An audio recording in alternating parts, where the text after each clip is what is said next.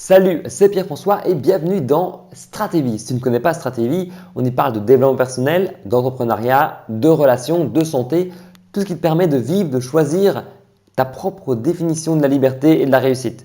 Alors, on s'abonne. Maintenant qu'on a appris à se connaître, justement apprendre à se connaître, aujourd'hui le thème du jour c'est l'apprentissage, être efficace dans l'apprentissage. On parlait de mémorisation, de trouver la joie dans le fait d'apprendre. Tout ça se base sur un livre de Stanislas Dehaene, c'est Apprendre, les talents du cerveau, le défi des machines. Alors qu'est-ce qu'apprendre?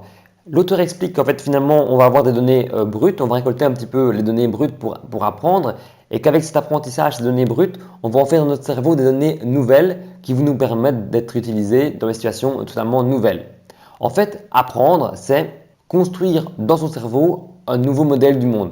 On va avoir une nouvelle perspective, on va voir le monde différemment avec notre nouvel apprentissage. Et on ne part pas de zéro. A fortiori, on part de notre expérience, de notre vécu, on a des hypothèses déjà faites et ces hypothèses déjà faites vont nous permettre de continuer d'apprendre, d'avoir de nouvelles données brutes. Et comment on atteint aussi de nouvelles données brutes, c'est notamment par les erreurs, l'apprentissage. On va parler de tout ça maintenant. Le livre, 4 piliers justement pour trouver la joie dans l'apprentissage, apprendre efficacement et c'est directement ce qu'on va voir dans cette vidéo, c'est parti. Le premier pilier, c'est l'attention. Alors ça nous vient un petit peu des hommes au temps préhistorique où quand il y avait un danger, il y avait un signal d'alerte en mode genre nouveau danger, nouvelle alerte, il faut que tu apprennes quelque chose de nouveau pour justement parer à ce danger. Il y avait peut-être, je sais pas, j'imagine des animaux qui venaient et ils se disaient il faut qu'on se défende, alors on va apprendre à se créer des armes, on va apprendre à comment se défendre et finalement ça vient plus ou moins de là. Alors quand on a l'attention qui est sur quelque chose, justement, quand l'attention est portée sur quelque chose, l'avantage c'est qu'on oublie tout ce qu'il y a autour. On a vraiment l'attention portée sur quelque chose, ça dit bien ce que ça veut dire. Et donc le cerveau est là dans un mode de je capte les informations qui sont utiles par rapport à mon signal d'alerte, j'amplifie ça et je transforme tout ça en action concrète pour justement résoudre cette alerte entre guillemets. Le deuxième pilier, c'est s'engager activement. Qu'est-ce que c'est s'engager activement? C'est la curiosité. Alors la curiosité, c'est ce qui va nous pousser justement à comprendre de nouvelles choses, à vouloir apprendre de nouvelles choses, comprendre l'environnement qui est autour de nous. Et cette curiosité, quand on dit que apprendre, ça apporte de la joie, c'est parce que au même titre que quand on satisfait notre appétit, quand on a faim, ça dégage de notre cerveau de la dopamine, si je ne me trompe pas, de la dopamine qui est un peu l'hormone du bonheur et du plaisir. C'est pareil quand on apprend, quand on a un appétit intellectuel, entre guillemets, quand tu veux apprendre et que tu es curieux d'apprendre une nouvelle chose, une fois que tu l'as satisfait, tu vas dégager de la dopamine et c'est pour ça que quand on dit qu'on apprend, qu'on progresse, ça peut apporter de la joie parce qu'on est intéressé par un domaine, on est curieux par rapport à ce domaine et donc du coup, ça va créer des hormones et donc du coup, on va être heureux de progresser dans ce domaine. Cette curiosité, justement, elle va apporter de l'attention, de la concentration et au fur et à mesure, ça va justement amener la mémorisation beaucoup plus facile, tu t'en doutes, vu que en plus, tu es joyeux à apprendre. La troisième chose, j'en ai déjà parlé, c'est l'erreur. Alors, l'erreur pour l'erreur, ça ne sert pas à grand chose, mais en fait, tu vas faire tes actions.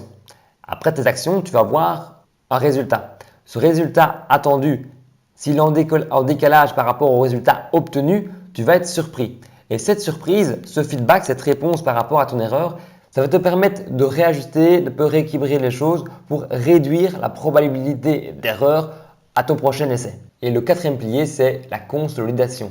Quand bien même on a fait l'effort d'apprendre de nouvelles choses, maintenant il faut le mettre dans la mémoire à plus long terme. Il va falloir consolider tout ça et ce n'est pas une fois qu'on a appris que ça reste ad vitam aeternam. Petit conseil pour les étudiants, par exemple, s'ils révisent 2-3 jours tous les jours avant un test fin de semaine, ils auront facile de retenir. Mais ce qui va permettre de se consolider dans le cerveau, c'est le fait de se répéter à chaque fois un petit peu, genre toutes les semaines, tous les mois, pour arriver peut-être à ton examen ou au bac à la fin en mode genre c'est bon, j'ai tout retenu parce que j'ai eu un travail au fur et à mesure. Et ça, c'est beaucoup plus constructif pour retenir à plus long terme. Et ce qui est plus efficace que justement revoir à la dernière minute, revoir au fur et à mesure, c'est le sommeil. Le sommeil, c'est le plus important pour consolider ton apprentissage parce que pendant ton sommeil, ton cerveau, il va travailler, il va revoir toutes les expériences qu'il y a eu pendant la journée et même stocker dans le cortex pour revoir les expériences au ralenti et ça va te permettre justement de consolider, de mémoriser bien mieux tes apprentissages.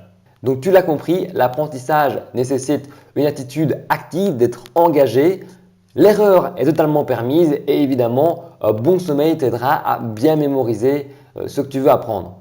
On comprend maintenant beaucoup mieux pourquoi est-ce que l'enseignement, avec ses mauvaises notes, avec ses programmes ou ses études de cas qui n'intéressent pas du tout les étudiants, ou même encore pourquoi est-ce que l'éducation ou justement le fait de regarder touche pas à mon poste et Fortnite jusque tard le soir ne va pas t'aider pour mémoriser et apprendre efficacement ce que tu veux apprendre. Tu as toutes les clés maintenant pour apprendre plus efficacement, trouver de la joie dans ce que tu apprends et surtout n'oublie pas que si le savoir c'est le pouvoir, rien ne vaut l'action.